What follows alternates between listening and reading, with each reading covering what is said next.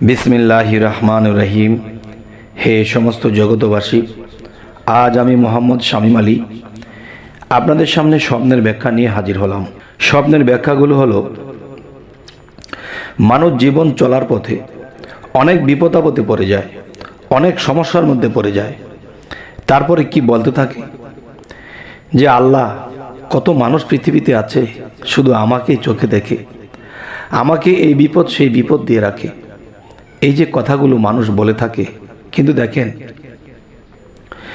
আল্লাহর সাথে তো আর দুষ্টামি করা চলে না। কিন্তু আল্লাহ কিন্তু এই কথায় রাগান্বিত আরো বেশি হওয়ার কারণ হলো যে আল্লাহ কি বলেছে, আমি নবীর যুগে, পয়গম্বরের যুগে, রাসূল কারামের যুগে আমি ওহী দিতাম, ওহীর মাধ্যমে তাদেরকে জানাইতাম। এখন সর্বসাধারণ থেকে শুরু করে আউলিয়া পর্যন্ত স্বপ্নর মাধ্যমে জানানো হয়, যাকে ইলহাম বলা হয়। আমরা যে স্বপ্ন বলছি, এই স্বপ্নটা আরেকটা ভাষা হলো ইলহাম। এই ইলহামের মধ্যে জানানো হয়, কিন্তু আমরা এই স্বপ্নকে এড়িয়ে চলি, বোঝার চেষ্টা করি না। দেখেন, মানুষ ঘুমের ঘরে গেলে কিন্তু স্বপ্ন দেখতেই থাকে। তার মানে স্বপ্ন তিনটা ভাগ যদি করি, তাহলে আত্মগত স্বপ্ন, যা আত্মার তরফ থেকে আসে; চিন্তাগত, যা চিন্তার রাজ্য থেকে আসে; এবং বায়ুগত, যা স্বপ্ন সারা রাত্র দেখে সকালে কিছুই মনে থাকে না। তাহলে এখন বিষয় হলো, মনে থাকে নাই সেটা অন্য জিনিস, আর যেটা মনে আছে সেটাকে আমরা ব্যাখ্যা করে চলিনি। তাই আমরা সামনে যেন বুঝে বুঝে চলতে পারি।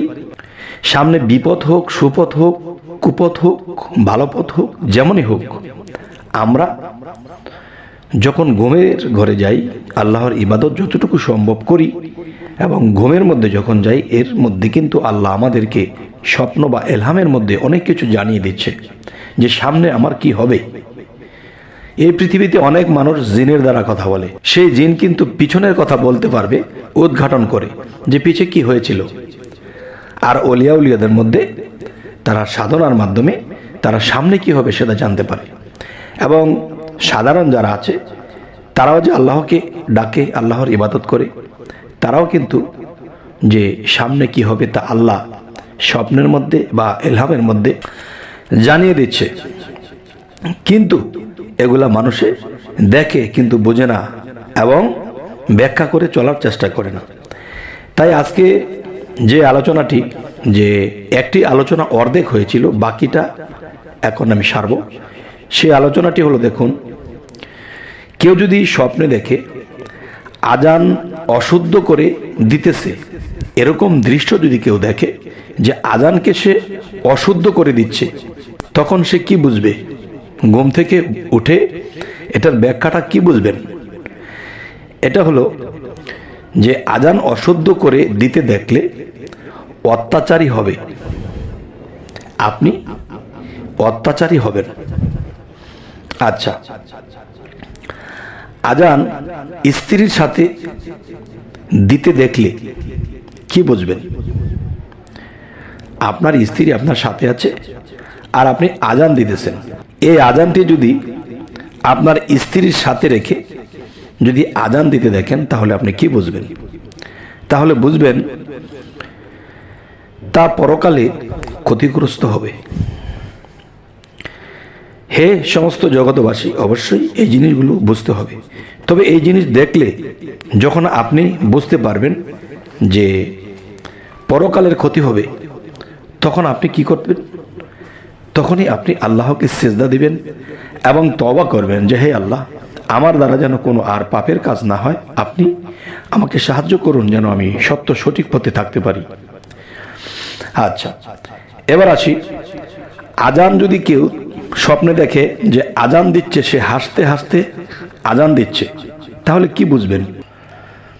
আজান হাসতে হাসতে দিতে দেখলে অনেক কষ্ট পাবে এবং মৃত্যু আসন্ন। একজন মানুষ যদি কষ্টে জীবনযাপন করে, বিভিন্ন রোগ ব্যাধি, বিভিন্ন বিপদ আপদ, এবং তার মৃত্যু তার জন্য অবধারিত। তবে নিজের হায়াতের খবরটা পাওয়া গেল। কিন্তু যদি এরকম কেউ দেখেন যে আপনি আল্লাহর কাছে ক্ষমা চেয়ে আল্লাহর ইবাদতের মধ্যে সব সময় লেগে থাকবেন। আরও একটা বিষয় হলো, কেউ যদি স্বপ্নে দেখে যে জেলখানায় গিয়ে আজান দিচ্ছে, জেলখানায় গিয়ে আজান দিতে দেখলে কি বুঝবেন? যদি কেউ জেলখানায় আজান দিতে দেখেন তাহলে বুঝে নেবেন বিপদ আসবে এবং মুক্তিও পাবে। যে দেখবেন একটা দরজা কেউ ভাঙতে পারছে না, তখন দরজা ভাঙতে পারছে না, পিছন থেকে যখন একদল খারাপ লোক এসেছিল তাদের ধাক্কার চোটে দরজাটা ভেঙে খুলে গেছে, তখন মানুষ মুক্তির পথ পেয়েছে। ঠিক তেমন আজান যদি জেলখানায় দিতে কেউ দেখে তাহলে তার বিপদ আসবে এবং সেই বিপদ থেকে মুক্তিও পেয়ে যাবে। আচ্ছা, এবার যে কথাটি বলবো, কেউ যদি স্বপ্ন দেখে পাহাড়ের উপরে দাঁড়িয়ে সে আজান দিচ্ছে, তাহলে এটা কি বুঝবেন? পাহাড়ের উপরে গিয়ে আজান দিলে আর এই স্বপ্ন যদি আপনি দেখেন তাহলে বুঝবেন আমানতের খেয়ানত করবেন। যদি আপনি বুঝে থাকেন যে আমানতের খেয়ানত হবে, তখন নিজে সাবধান হন এবং কাউকে যদি মনে করেন সে আমানতের খেয়ানত করবে, তাকে আপনি বুঝিয়ে বলুন, সে যেন এখান থেকে সরে দাঁড়ায়। এবার আপনাদের জন্য যে কথাটি বলবো, আজান ঘরের কোণে অথবা বাবুর্চিখানায় দিতে দেখলে কি বুঝবেন? ধরুন আপনি স্বপ্ন দেখতেছেন যেখানে পাক শাক হয়, বাবুর্চিখানা, সেখানে আজান দেওয়া হচ্ছে, তাহলে সেখানে আজান দেওয়া হলে আপনি কি বুঝবেন? এটাই বুঝবেন যে ভ্রমণে যাবে এবং দুঃখ কষ্টের সম্মুখীন হবেন। আপনি যে স্তরে বা যে স্থানে থাকেন, একটা সময় আপনি একটা দূর দেশে কোথাও ভ্রমণে যাওয়া হবে এবং সেখানে দুঃখ কষ্টে আপনি পতিত হবেন। আর এই জিনিস যদি ঘুম থেকে উঠে বুঝতে পারেন তাহলে আল্লাহর কাছে দরখাস্ত করুন যে হে আল্লাহ, আমার যদি কোনো অপরাধ থাকে ক্ষমা করবো, যেন আমার এরকম বিপদ না হয়। এই বিপদটি কাটিয়ে এরপরে আল্লাহর ইবাদত করবেন। এবার আমি আপনাদের সামনে যে আলোচনাটি নিয়ে আসলাম সেটি হলো, আজান হাসি তামাশার সাথে দিতে দেখলে কি বুঝবেন? আজান হাসি তামাশার সাথে যদি কেউ দেখে যে এই অবস্থায় সে আজান দিচ্ছে, তাহলে ঘুম থেকে উঠে আপনি এর ব্যাখ্যা কি করবেন? এর ব্যাখ্যা হলো, গচ্ছিত বস্তু বা আপনাকে কেউ একটা বস্তু দিয়েছে, আপনার কাছে আমানত হিসেবে দিয়েছে, আপনি সেটি নষ্ট করবেন। এবং এটাও হতে পারে যে সেই লোকটি পাগল হওয়ার সম্ভাবনা রয়েছে। আচ্ছা, তাহলে এই স্বপ্ন যদি কেউ দেখেন, অবশ্যই সকালে ঘুম থেকে উঠে আল্লাহর কাছে দরখাস্ত দিয়ে, আল্লাহকে সেজদা দিয়ে কান্নাকাটি করে ক্ষমা চেয়ে নেবেন যে আমার দ্বারা যেন এরকম ভুল অপরাধ আর না হয়। তবে হে সমস্ত জগতবাসী, আরও একটি কথা আমি আপনাদেরকে বলবো, আজান ও একামত অন্যের মুখে শুনতে দেখলে আপনি কি বুঝবেন? যেমন মসজিদে একজনে আজান দিচ্ছে, আরেকজনে একামত দিচ্ছে, তাহলে এই একামত দিতে এবং আজান দিতে যাকে আপনি দেখবেন, তাহলে এটা আপনি কি বুঝবেন? এটাই বুঝবেন বন্দিগির ত্রুটি হবে এবং পুনরায় হেদায়েত প্রাপ্ত হবেন।